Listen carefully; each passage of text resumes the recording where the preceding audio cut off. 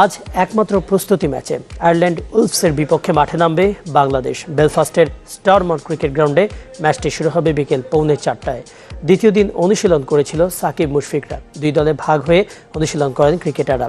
স্থানীয় সময় সকাল 9:15টায় বেলফাস্টের স্টারমন্ট ক্রিকেট গ্রাউন্ডে অনুশীলন করেন ইমরুল, সাকিব, সাব্বির, মাহমুদুল্লাহ, সানজামুল, শফিউল, শুভাশিস, সোহান ও মুস্তাফিজ। এর 1.5 ঘন্টা পর বাকিরা অনুশীলনে নামেন। 12 মে শুরু হবে ত্রিদেশীয় টুর্নামেন্ট।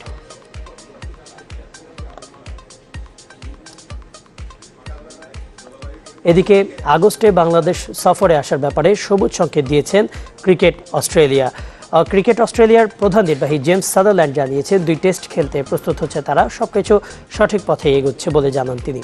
শুধু শেষ সময় আরও একবার নিরাপত্তা যাচাই করে নিতে চান তারা। বাংলাদেশ সফর সূচি নিশ্চিত করলেই আনুষ্ঠানিকতা শেষ করবে ক্রিকেট অস্ট্রেলিয়া।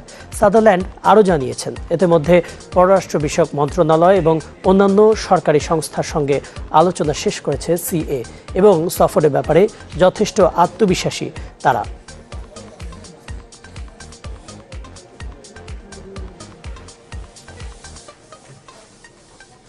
সবেই শুরু হয়েছে তৃতীয় বিভাগ। এরই মধ্যে অভিযোগের শুরু। নবীন সংঘের দাবি, তুমুল বৃষ্টিতে ম্যাচ খেলানোর পরও যখন জয় তাদের নাগালের মধ্যে, ঠিক তখনই বাড্ডা একতা সংঘের বিপক্ষে ম্যাচটি পরিত্যক্ত ঘোষণা করেন আম্পায়াররা। দ্বিতীয় বিভাগ ক্রিকেটে কেলেঙ্কারির পরও কোনো প্রতিকার নেই বলে হতাশ ক্লাবটি। এদিকে অভিযোগ অস্বীকার করেছেন সিসিডিএম কর্তারা। বৃষ্টি নামতেছে, আমরা ফুটবল খেলতে, ফুটবল নিয়ে আমরা 24 বছর কিন্তু প্লেয়ার নিয়ে ফুটবল খেলতে, কিভাবে আমি বুঝলাম না যে এই জায়গায় ক্রিকেট খেলা কিভাবে। এইখানে এখন যে পরিবেশ ছিল আজকে, এটা কখনোই ক্রিকেট খেলা। বৃষ্টিতে যে ক্রিকেট ম্যাচ হয় এটা দেখেই বিস্মিত জাহাঙ্গীরনগর বিশ্ববিদ্যালয়ের শিক্ষার্থীরা। প্রতিবাদী হলে শাস্তি যেখানে শেষ কথা, ক্রিকেটাররা তাই নিশ্চুপ। বৃষ্টির পরিমাণ কেমন ছিল এই ছবি কিছুটা আভাস দিচ্ছে, যেখানে নিরাপদ আশ্রয়ের খোঁজে দর্শক, খেলোয়াড় সবাই। নবীন সংঘের অভিযোগ, বাড্ডা একতা সংঘের জয় নিশ্চিত করতেই এমন বৃষ্টি আর কাদা মাঠেও মঙ্গলবার তৃতীয় বিভাগ ম্যাচ চালিয়েছেন সংশ্লিষ্টরা। বৃষ্টির কারণে নবীন সংঘের সামনে পরিবর্তিত টার্গেট দাঁড়ায় 20 ওভারে 113 রান। 12 ওভার 5 বলে 58 রানে 7 উইকেট তুলে নিয়ে বাড্ডা একতা সংঘ তখন জয়ের দ্বার প্রান্তে। পরের 2 ওভারেই ম্যাচ হেলে পড়ে নবীন সংঘের দিকে। রেদওয়ান আহমেদ 1-4-3-6-এ 11 বলে করেন 25 রান। 28 বলে যখন প্রয়োজন 25 রান, তখনই ম্যাচ বাতিলের সিদ্ধান্ত। নবীন সংঘের অভিযোগ, তুমুল বৃষ্টির মাঝেও যেখানে ম্যাচ চালানো গেল, বৃষ্টি থামার পরে কেন নয়। আমি তো প্রচণ্ড আত্মবিশ্বাসী ছিলাম যে প্রেসিডেন্ট বলার পরে তো এ ধরনের কাজ বোধহয় আর হবে না। বাট আলটিমেট কিন্তু তারা তাদের যে লক্ষ্য, যে কয়টা টিমকে সুপার লিগে খেলানোর, তারা শুরুর থেকে সে কাজটা শুরু করে দিয়েছে।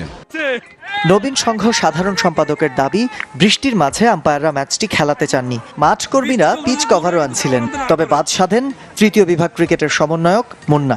তবে অভিযোগ অস্বীকার করলেন এই সিসিডিএম কর্তা। বলছে যে আমি তাদের বাধ্য করছি। জি জি জি, আম্পায়ারদের কি বাধ্য করানো যায় ম্যাচ করানোর জন্য?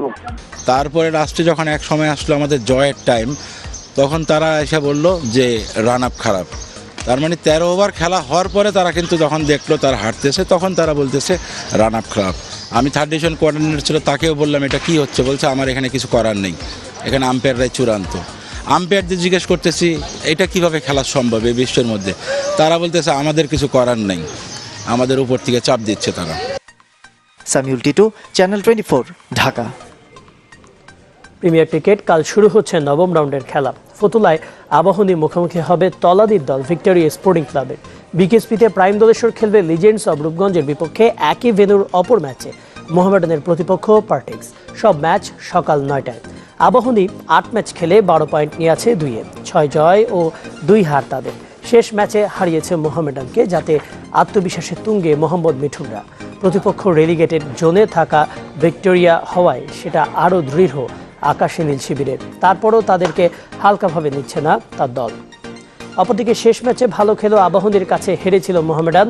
রান পেয়েছেন রকিবুল হাসান। তাছাড়া অন্য ব্যাটসম্যানরাও রানে ফিরেছেন, যাতে তুষ্ট দলের ম্যানেজার ওয়াসিম খান। 8 ম্যাচে 10 পয়েন্ট নিয়ে 5-এ সাদা কালো শিবির।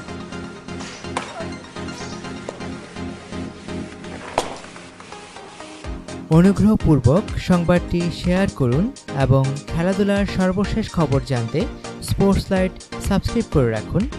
ধন্যবাদ।